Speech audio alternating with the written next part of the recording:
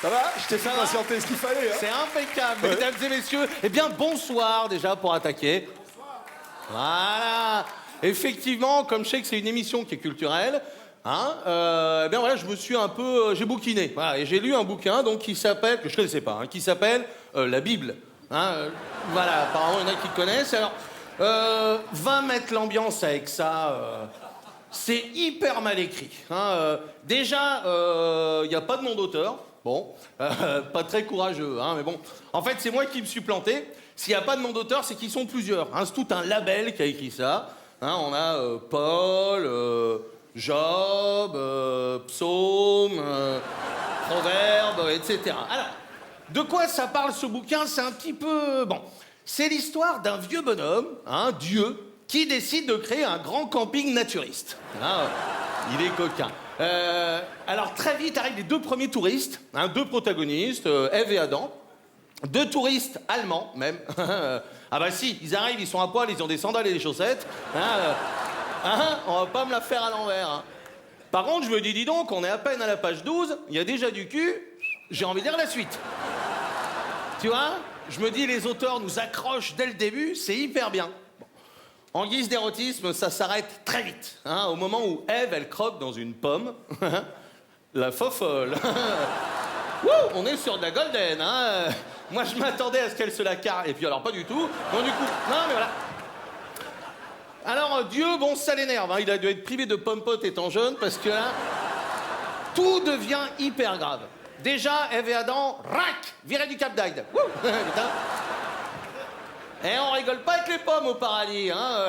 Je peux vous dire que le coup de la pomme, l'autre, la danse, elle lui est restée là. Voilà, hein. Alors...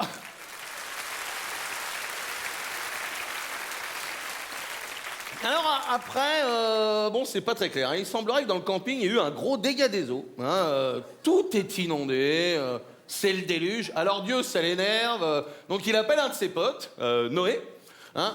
Alors Noé, lui, c'est un Pakistanais qui tient une animalerie sur les quais de Seine. Noé, il décroche, il dit bon, bah, j'ai vendu toutes mes roses, je déboule. Bon. Et là, il construit une espèce de radeau, tu vois, mais version Costa Croisière, quoi. Hein, bon. Alors là où c'est clairement pompé sur le Seigneur des Anneaux, hein, ah bah si, Moïse, un vieux barbu avec un bâton qui fait des tours de magie, c'est Gandalf. Hein, là, Non mais attends.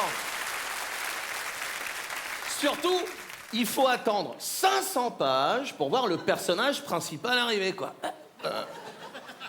Attends. Jesus. Ouais, alors bon, hein, un gars du BTP.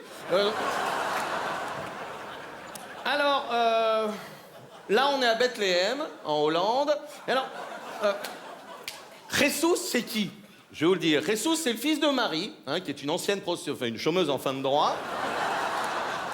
Et de Joseph, qui est artisan, hein, meilleure entreprise de France. Hein, alors mon Jesus, il grandit tant bien que mal dans la banlieue ouest de Bethléem. Et au bout d'un moment, il devient complètement zinzin. Il dit à son père, « Oh, j'entends des voix !» Alors son père lui répond, « T'inquiète pas, c'est la bœuf. » Bon.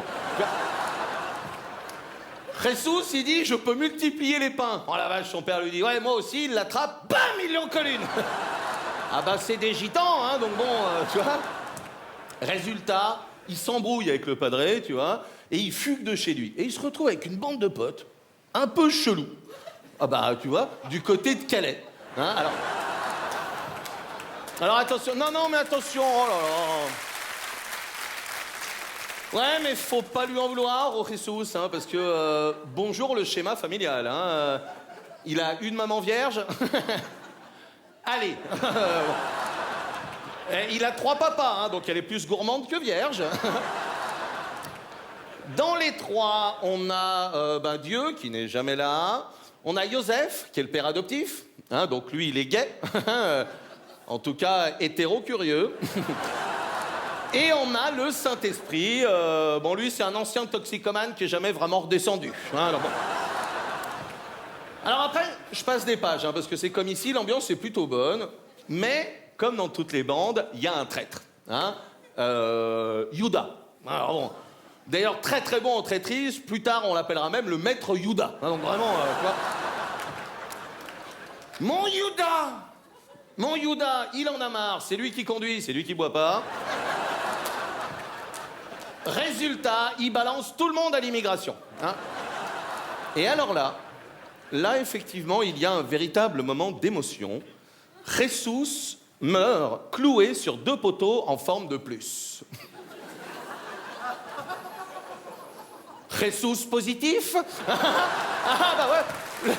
Ah bah attends. Ah là là. Les amateurs de jeux de mots se régalent. Alors, c'est vrai que là, je me dis, attends, là, le héros, il meurt. Bon, comment ça se fait qu'il reste encore 1500 pages? Alors, j'ai continué à lire, mais là, bon, les auteurs ont bien vu qu'ils avaient fait mourir leur héros trop tôt. Du coup, ils se font pas chier. Le Jesus, hop, ils le ressuscitent. Allez. Et le zombie part répandre la bonne parole à travers le monde. C'est une très mauvaise copie de Walking Dead. Du coup, j'ai arrêté. C'était trop science-fiction pour moi. Alors voilà. Écoutez, je dirais, pour finir ce petit moment de culture, je crois qu'il a fait du bien à tout le monde, eh bien, je dirais que la Bible, à mon avis, dans 2-3 ans, on n'en entendra plus jamais parler. Voilà. Si jamais ça vous a plu, par contre, je vous conseille un autre ouvrage que j'ai lu qui est tout aussi compliqué, qui s'appelle le Coran. Voilà.